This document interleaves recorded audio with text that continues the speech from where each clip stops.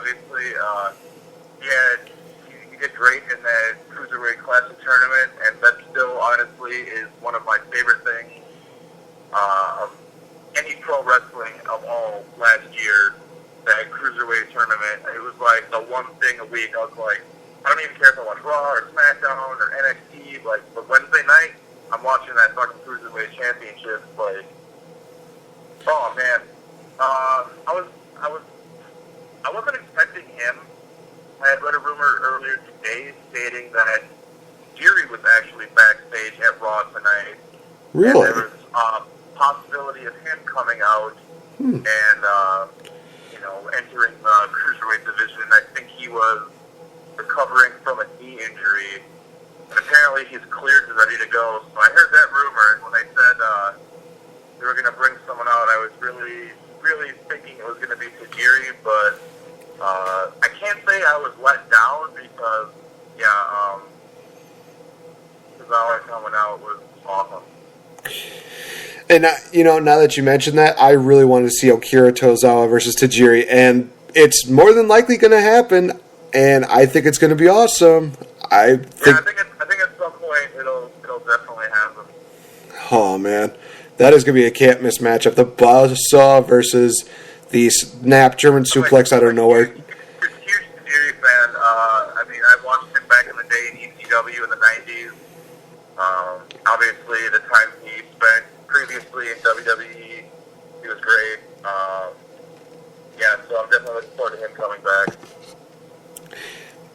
We'll just have to see what the Cruiserweight division... Well, now, with the two segments that they had for the Cruiserweight division, the matchup and the segment we'll talk about later, they actually made me really think, wow, they're actually rebuilding the Cruiserweight division. It's looking great. Looking forward to seeing how that goes. But we'll get into the segment in just a bit. We go into the next segment, which is Kevin Owens and Chris Jericho. Jericho, of course, saving Monday Night Raw, even though this Raw was actually not that bad. And like we mentioned, there was a certain somebody who mentioned that they was the greatest of all time, and God, I loved it. that person made the list.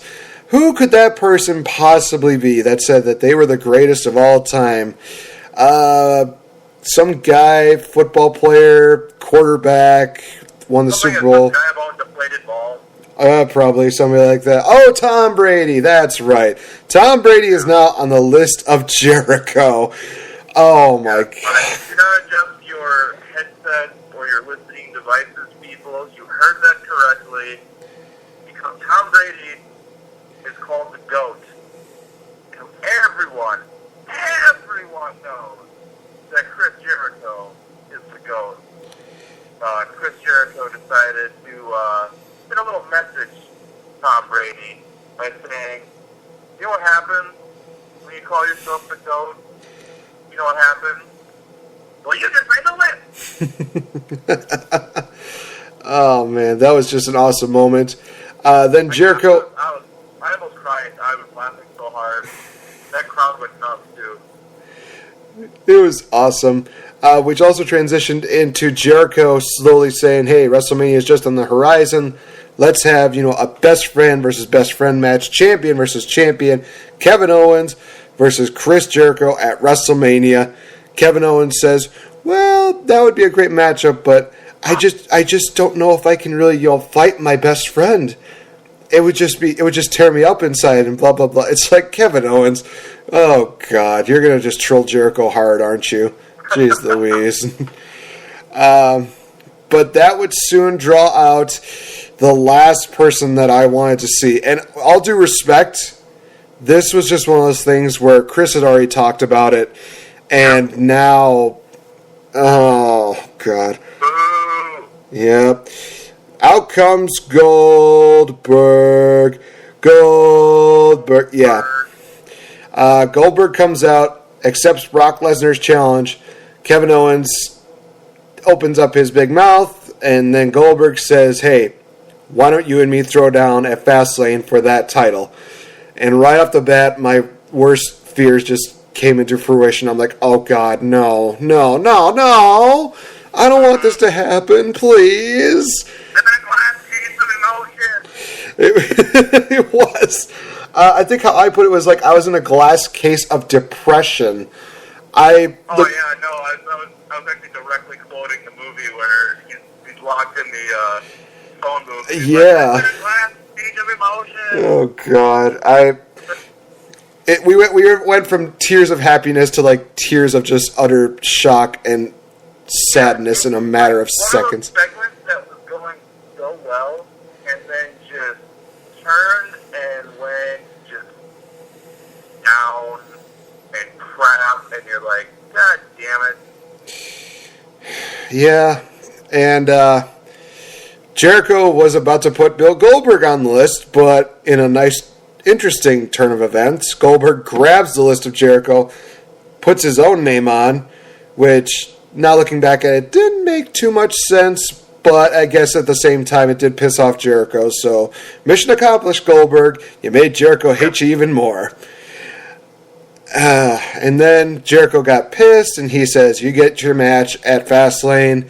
So we have Chris Jericho basically to blame for this right now. Thank you, Jericho. You've made so many fans just crying.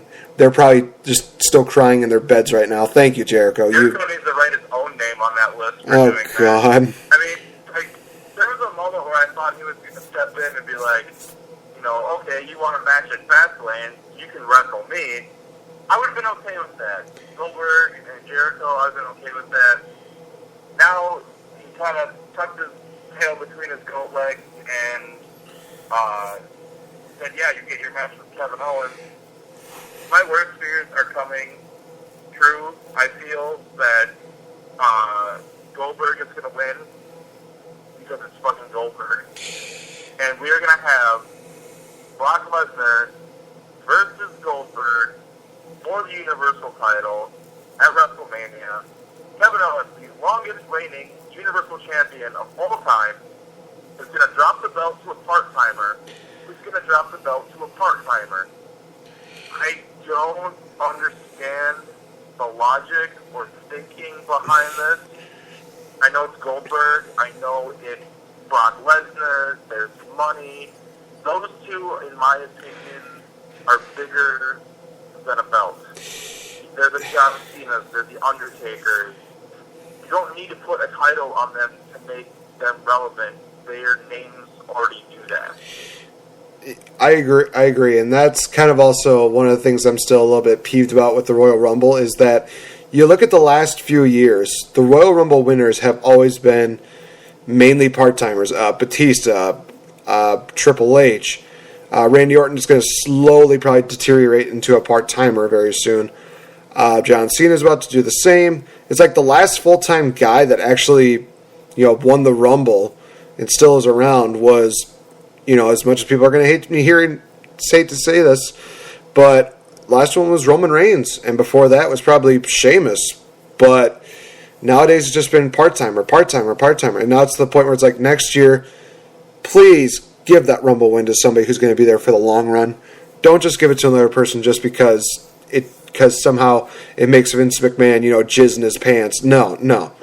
This goes back to the stuff that CM Punk talked about a few years ago, where you got these workers that are on the road wrestling 300 plus days a year, and then you finally get to the biggest stage of your year, your Super Bowl, your World Series, your Stanley Cup, your fucking WrestleMania.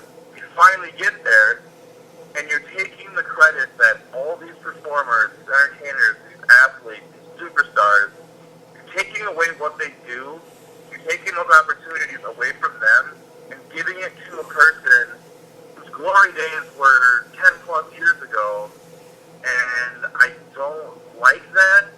I feel like maybe it's okay if it makes sense, but I didn't like it with Batista, I didn't like it with The Rock, going over CM Punk, I didn't like it, I don't like the Goldberg Lesnar thing. It really makes me feel like they're telling their talent, look, we appreciate you us getting here, but we're going to let someone else take the ball now. You like, we sure like a football game. you got the guys that get the ball down the field. They run down the field, they get all the way down there, they put up all these yards, and then you're going to say, thanks for getting us here, but we're going to have so-and-so take the touchdown, you know? Yeah. And really, it kind of upsets me, because these are the people, you know, I saw a thing the other day, it really upset me. Brock Lesnar's been back in the WWE for X amount of time.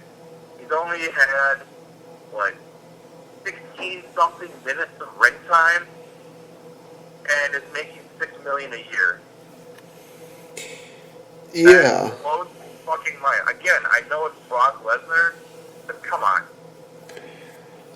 Yes, I do agree with that, especially with this last year. Your AJ Styles, your Kevin Owens, your Seth Rollins, your Dean Ambrose. You're telling me that they don't, hell, I'll even say it, Roman Reigns, you're telling me those guys don't deserve this, you know, more than those guys? I don't know. Well, at this point, it's getting to the point where it's like I would actually prefer Roman Reigns to be the champion right now instead of Brock or Goldberg right now. I can't really complain too much. You know, I've been trying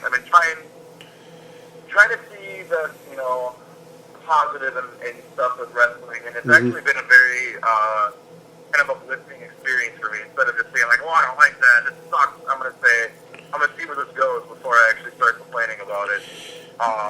But we just did have several great months of Kevin Owens and AJ Styles as world champions. So there's that. Yeah, I can agree with that. But we can go on to something else that was actually pretty good. Although the ending was kind of thwonky, we'll admit that.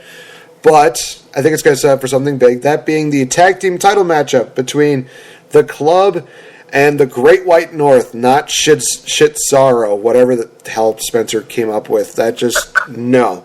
If he calls him Shizaro again, I'm just going to say, no, it's Shitzaro whenever you say it. Okay? Shizaro. Jeez. Yeah, that's Spencer doing his best imitation of WWE creative right there. Yeah. Don't tempt them. They might actually hire him for creative. Be like, ooh, what else you got? What else you got? And I'll be like, great. Now I got more shit to deal with. This ought to be good. They hired him. He's got a company royalty check. That was my idea. There we go. Matchup all in all, tag team title match was pretty good, pretty decent. Still think the chemistry between the Club, Cesaro, and Sheamus is just amazing. It's amazing how I could watch those two teams wrestle all night long. They're just really good, and I think that, you know, if they give them like a little more longer match time like they did at the Rumble, they could prove, hey, the tag team division's still alive, and we can obviously, you know, pull our weight. It's fine. We got it. But then we also had Enzo and Cass at ringside. Thank God that they're finally done with this whole handsome Rusev, dashing Rusev, whatever Rusev he is now. God. The weird, whatever he's called. But it ended up with quite a bit of controversy where Gallows decided, Enzo kicks him in the head, and then Big Cass is just like, you hit my boy, I'm going to hit you back, and that causes disqualification. The Club retains by DQ. This is probably going to set up a triple threat tag match at Fastlane. That's what I'm seeing right now. Otherwise, it's going to be the Club versus Enzo and Cass.